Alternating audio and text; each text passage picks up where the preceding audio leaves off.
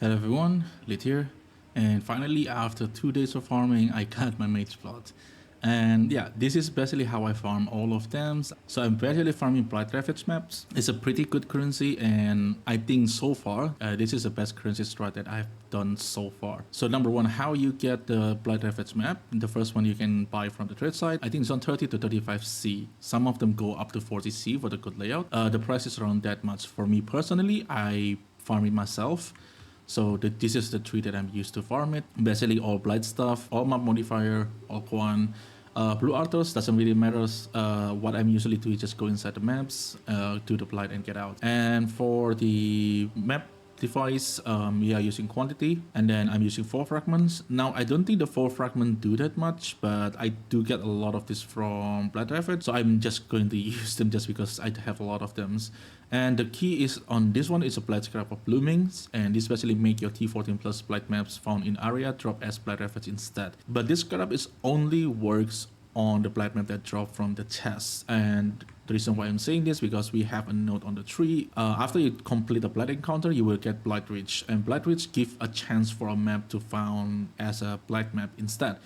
And when you find a blight map this way, it do not get converted by this scarab. So this scarab is only convert your blight map that drop from the blight itself. Now I don't know if that is intended. For me it looks like a bug because from the wording, my understanding it should convert to the blight-ravaged. But right now it didn't work that way. So the scarab is only works on the blight map on the blight chest. And this is how I farm all my blight maps. My map is pretty standard, 80% quant, 20% chisel, and all that stuff. That's how I get all my blight-ravaged maps. And for the blight-ravaged map itself, I'm using double Teal. This especially make the monster spawn faster. You don't have to use this if you're new, because blight-ravaged can be quite hard. So if you're new, use 2 amber oil. 2 amber oil will reduce your cost of building by 50%. So this way you can build a lot more tower, and blight-ravaged map will become a lot easier.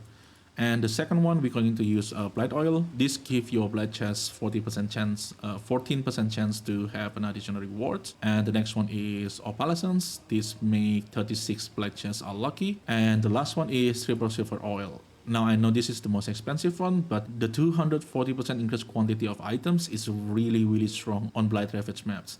I tried with only 2. The drop is noticeable. So if possible, use 3 simple silver oil.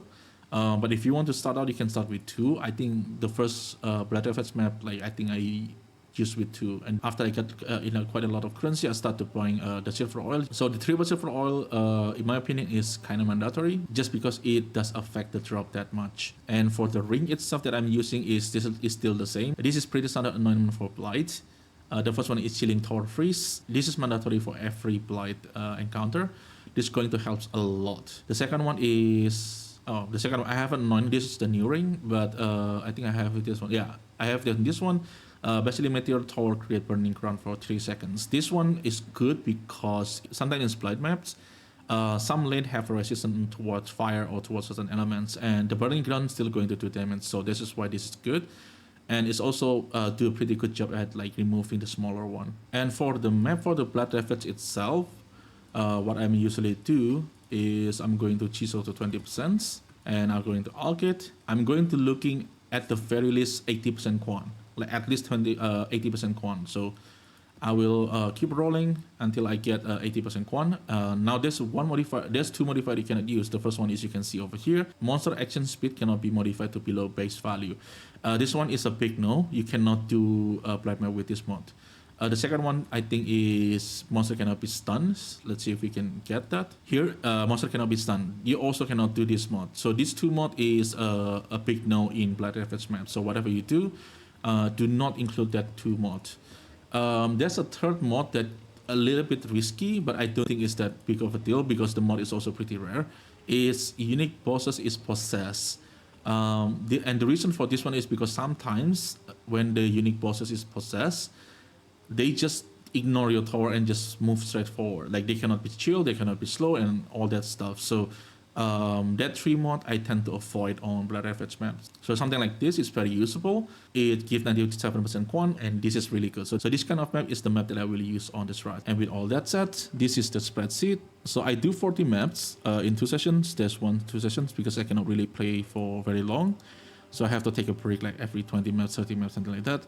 So the first session is really bad in terms of RNG because I get 8 exalted, 7 annul, and only 2 divine. This is ridiculous. And yeah, you can see all the drop over here. A little bit note over here. The chaos orb here, I'm only have 39. I'm probably using the chaos orb to buy silver oil or something like that.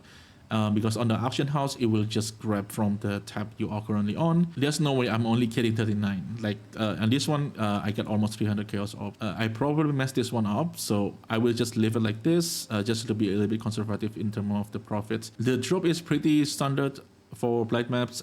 You got Valdo box, sometimes you got T17. The fossil is quite a lot, so this kind of stuff for fossil, this one add up really fast. So at the end of my farms, this fossil alone can probably give me like 4 to 5 divine. It does pile up pretty fast. And for the scarabs, there's quite a lot of scarabs. Not too crazy. I do not including all the 1 chaos scarabs. I just not going to do that.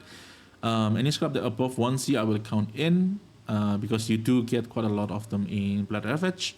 I mean, depending on the chest you get from blight. But in blight-ravaged, you will get the scarab chest, and it will give you quite a lot of scarabs. From all of this, this is the cost. So we are pretty close to 1 div per map, 0.83 div per maps. So in 40 maps, I got 33 divine profit. So I think this is pretty good. I mean, this is the best I have so far. I put note over here, this profit doesn't include all the jewels. And the reason for that one, because I have a tab over here. This is all the floss that I have, all the magic floss. And this sometimes can sell for 50C. Some of them is pretty good. You can sell them for more.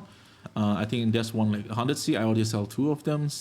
I think there's one more over here. But yeah, you get the point. And the second one is this tab over here. I have a lot of jewelry. So basically, I just pick up all the jewelry that drop on the blight-ravaged map, which you get a lot. Sometimes you will get a good one and you can sell it for 50C. What I'm doing is basically just put everything here and just start to like un-ID them here. Like this one, and I will just leave it. If I get spam, that's mean that ring in particular is probably worth more than 50 chaos. But if like after like a while I get 1% PM me, I would just sell it for 50C. I tend to undersell things just because I just prefer to liquidate everything. This tab have been full many times, so whenever it's full, what I'm going to do is I'm going to take all of this. So basically, like, you can send all of the vendor just to free some space, and sometimes you will get some few things back. So I do not know what the vendor recipe for this. Really do not care. There's a lot of jewelry here. There's no way for me to give up. So I will sell all of them like here. You will get some new one, and I will just sell vendor them from there. And I will put this back into the tab, and I will ID it, and the cycle go on. And this map has been like full many times.